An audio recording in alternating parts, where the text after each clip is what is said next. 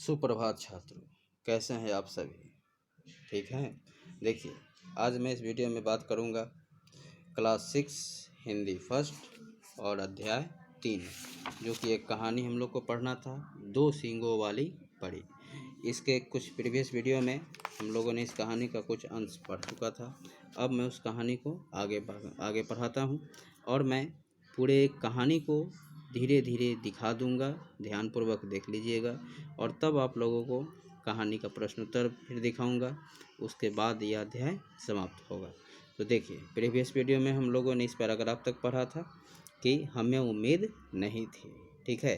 देखिए, नीलम आए दिन सींगों से काम लेना सीख गई थी, सो उसके सींगों के विषय में फल वाले, बावर्ची, पोस्टमैन आदि सबकी शिकायतें आने लगी। अब नीलम की ओर पीठ करना खतरे से खाली न था। ठीक है। नीलम का दुर्भाग्य ही था कि उन दिनों आ गई मेरी मौसी जानकी देवी। उनकी आदत थी कि हर फूल के पौधे को ध्यान से झुक कर देखती और काफ़ी देर तक देखती रहती। एक दिन बरामदे के बाहर वह एक फूल के पौधे के ऊपर झुकी हुई थी। नीलम ने दूर से देख लिया। उसने समझा कि फूलों का कोई प्रेमी आ गया है जो उसके स्वादिष्ट फूलों को खा जाएगा। सो उसने अपनी पूरी ताकत से मौसी को वहाँ से भगा देना चाहा। इस घटना के पश्चात मतलब बाद तो नीलम का हमारे यहाँ और टिकना असंभव ही था। दादाजी के बहुतेरा कहने पर मतलब बहुत कहने पर, किसके? दादाजी के बहुत कहने पर भी मौसी जी ने दादाजी से मरहम पट्टी नहीं करवाई। दादी जी ने नीलम को एक मजबूत खूंटे से बांध दिया। ठीक है। और माली से कहा कि बाजार ले जाकर जो भी पहला ग्राहक मिले उसी को बेच दे। किसे बेचने की बात हो रही है? नीलम की। अब देखिए, नीलम जब जाने लगी तो मैं उसे विदा करने फाटक पर पहुंच गया। मैं मतलब कौन? लेखक। उसकी आंखें आंसुओं से गीली थी। ठीक है।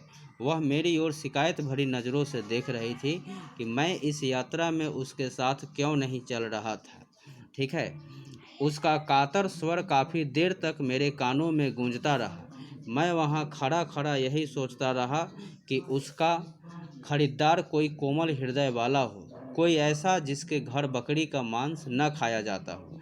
माली ने आकर बताया कि उसने 200 रुपये में नीलम को बेच दिया है। कितने रुपए में? 200 रुपये में। बाद में मुझे उसने अलग से बताया कि नीलम की आंखों में आंसू देखकर वह उसे बेचने बाजार नहीं ले जा सका और अपने घर पर बांध आया है। मैं बीच बीच में उसे देखने जाता रहता। एक दिन मैंने उसके साथ एक छोटा सा बच्चा देखा।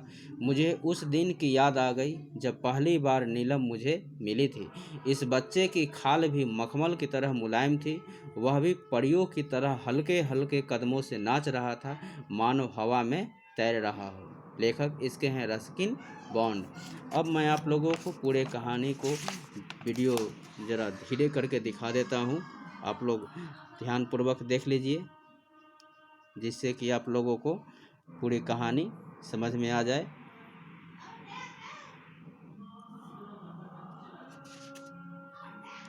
ठीक है। ये पहला पृष्ठ है। ठीक है। देखिए, इसके बाद ये है दूसरा पृष्ठ।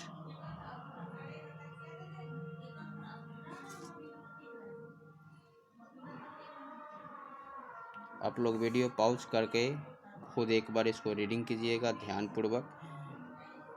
मैं प्रयास कर रहा हूँ कि आप लोगों के पास ये पूरी कहानी एक बार चली जाए। मैंने पढ़ाया था, प्रत्येक पंक्ति को पंक्तिबद्ध तरीके से दिखाया भी था। यह दूसरा पृष्ठ था। अब आइए हम लोग तीसरा पृष्ठ देखते हैं। देखिए, रात से शुरू है, मतलब रात शब्द से शुरू है। ऐसा ना समझिए कि रात से ही शुरू है यह कहानी।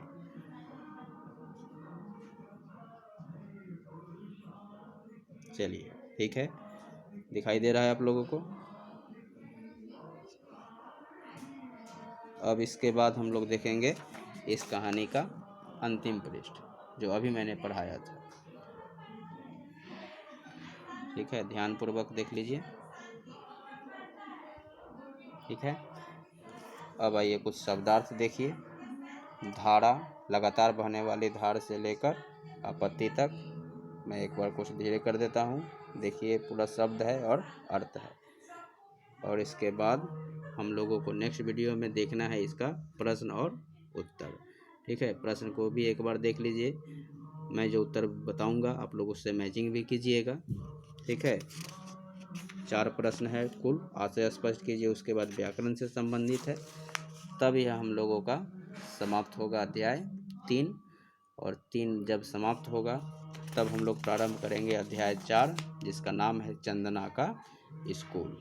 ठीक है, तो आज के लिए इतना ही। फिर मिलते हैं हम लोग नेक्स्ट वीडियो में। अब तक मैंने जितना भी अध्याय पढ़ाया है सब फेयर कीजिएगा, अच्छे तरीके से लिखिएगा। और याद करना अगर प्रारंभ नहीं किए हैं तो याद करना प्रारंभ कीजिए, क्योंकि याद करते जाइएगा तो कभी भी परेशानी आप लोगों को नहीं होगी। आज के लिए इतना ही, फिर मिलते हैं नेक्स्ट वीडियो में। धन्यवाद।